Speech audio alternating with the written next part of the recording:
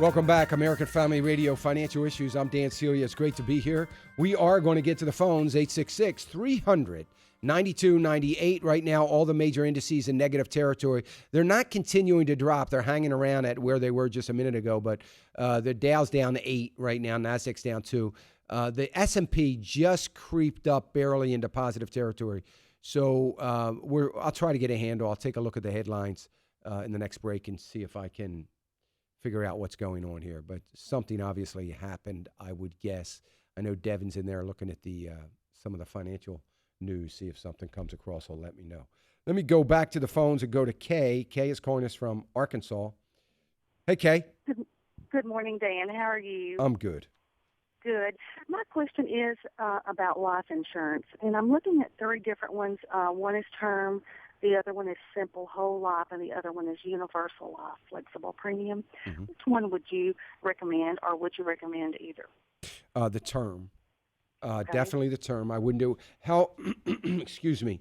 I'm 54, not married, and I do have one family member that is kind of dependent on me, so that's why I was kind of looking at that. I can So tell you what is listen. your I can opinion? always tell when people listen to me all the time because you're answering Yes. my questions.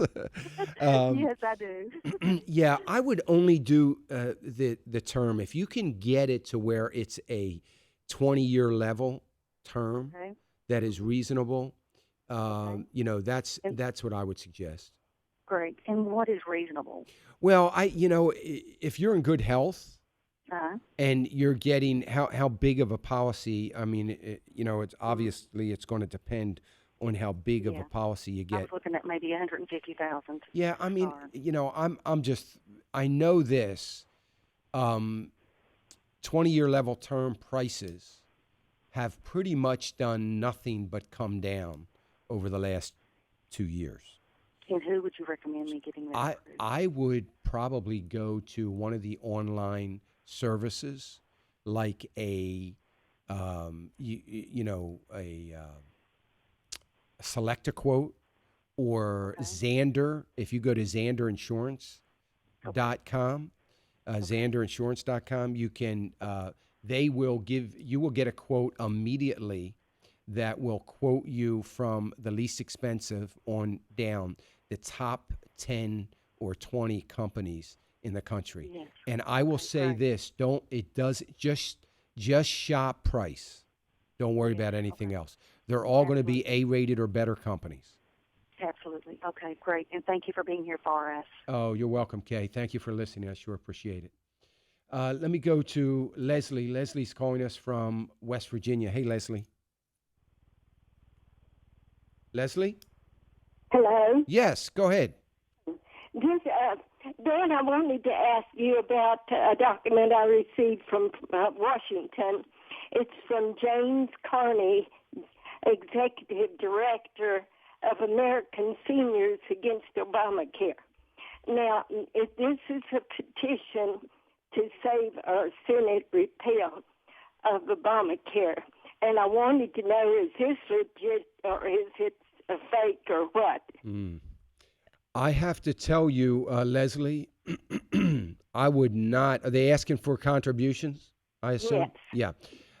I would not. I don't know of them.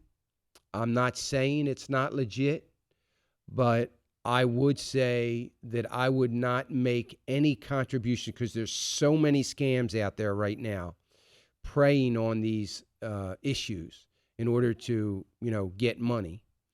And I would not give any money to any organization that is soliciting funds,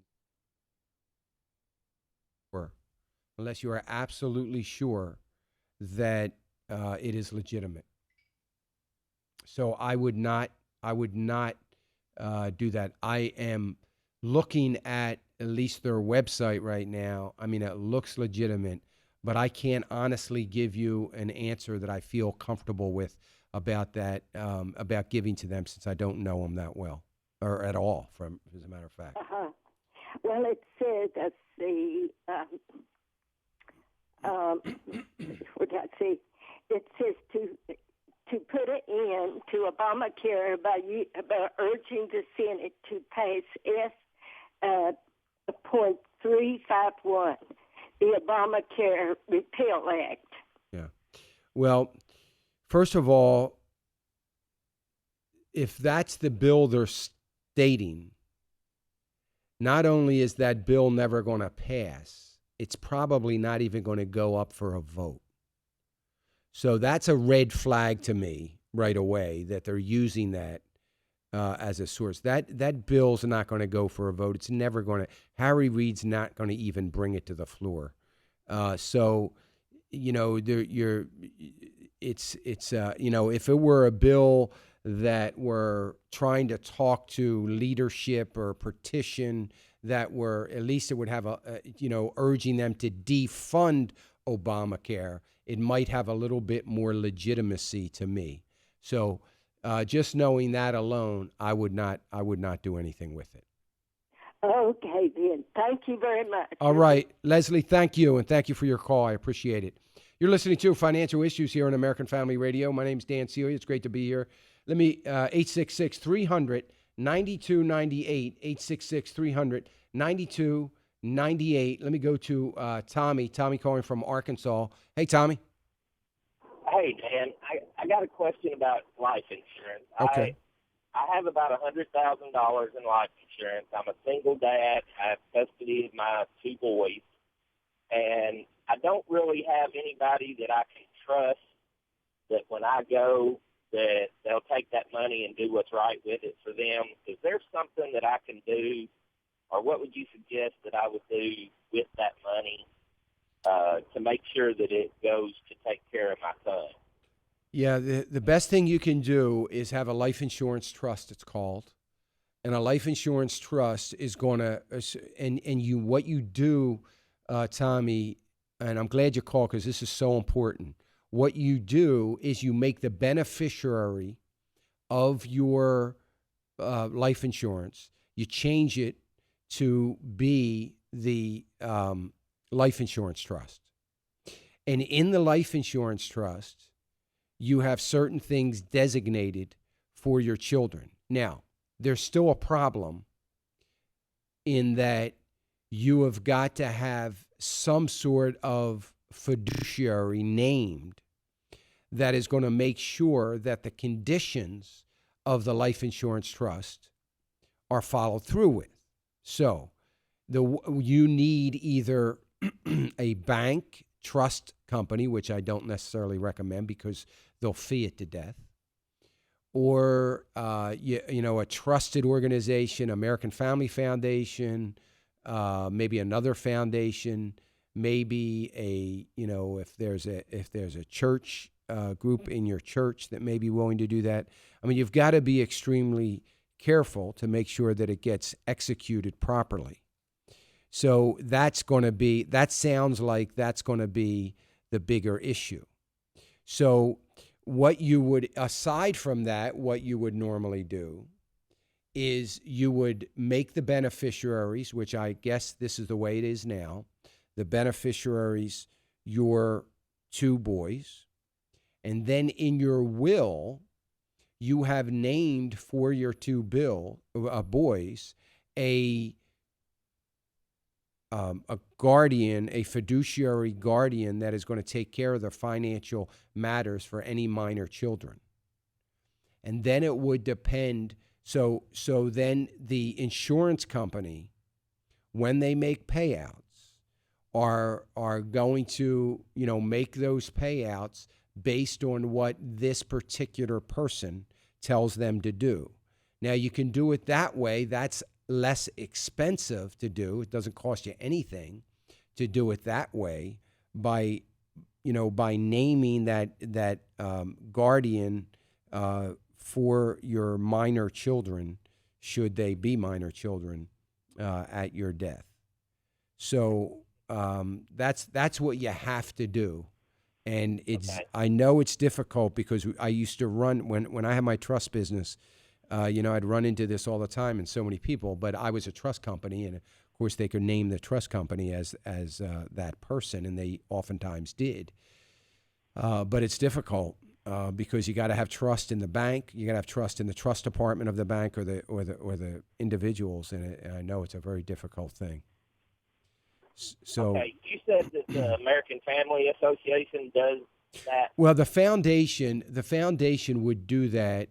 They'd have to take a look at a number of conditions, but I would certainly call the foundation. Diane O'Neill. Okay. You hear that number given Right. here at the breaks. I mean, I would call them. You can mention that you called the program, and I'd mention that. So we'll be happy to certainly take a look at that for you and see if we can help you.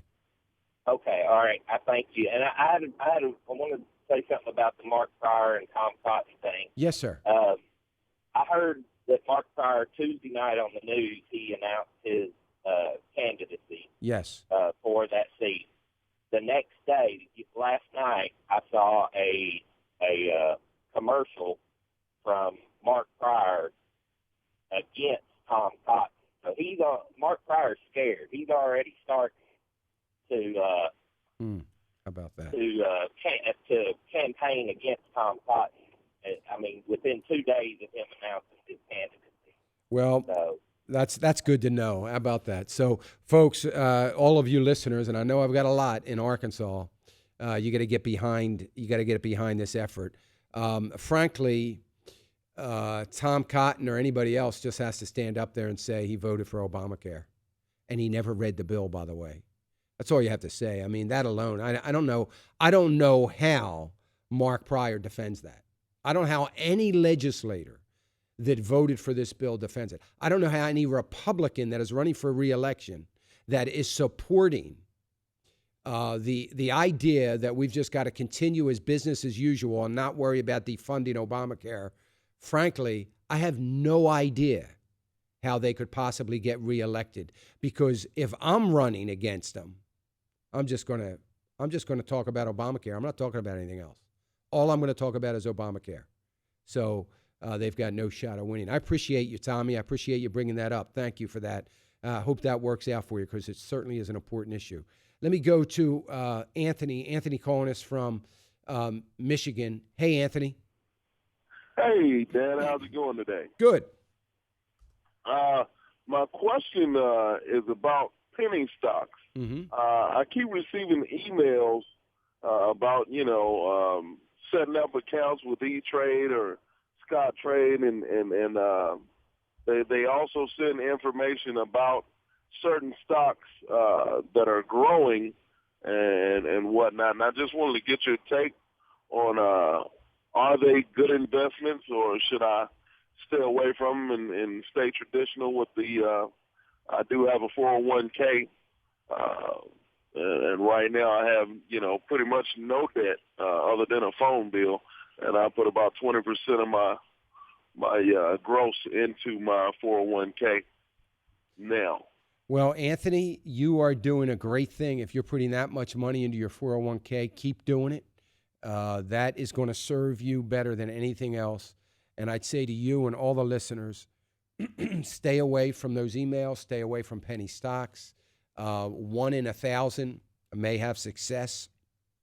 They're very volatile. They're all over the place. You got to sit and watch it every single day, because they will have 1 day movement on the upside, and that's about how long it lasts, 1 day.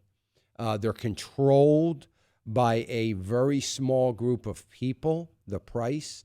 You've got the guys that started these companies that own hundreds of thousands of shares and can move that stock 10 cents in a heartbeat. So it's not a good thing. Stay away from them. Stay very traditional. Stay with stability, particularly as you think about your retirement. So you're doing the right thing. Don't change what you're doing. Well, I'd like to also get into mutual funds as well. This is the first time I've heard your show. I'm a truck driver, Mm-hmm. and I always look for Dave Ramsey. And one thing that you pointed out that coincides with what Dave teaches is mutual funds, and I wanted to get into that as well. And could you give me any recommendations? Sure. So the difference between me and probably everybody in country is I don't recommend mutual funds. I don't like mutual funds. I don't use mutual funds. The reason for that, Anthony, and is for biblical reasons. I don't think that we can be biblically responsible and be in a mutual fund. I don't think. I know. So I hear the Christian, the biblical coding guys, talking about the Bible's plan for finances. Well, those same guys are investing in companies that are supporting abortion and pornography and all the very things that are offensive to God. So TimothyPlan.com, great mutual fund company. And they're the only mutual funds that I recommend because they're the only ones that are truly biblically responsible. So unlike others out there on the radio or in the world, I don't believe in mutual funds. I like individual stocks. I like creating your own mutual fund by getting a series of individual stocks. And for 32 years, that's what I've done. I've had great success with it. And that's the only thing I recommend. Thank you, Anthony. I appreciate you, brother. Stay safe out on the roads. You're listening to Financial Issues, American Family Radio. I'm Dan Celia. We'll be right back.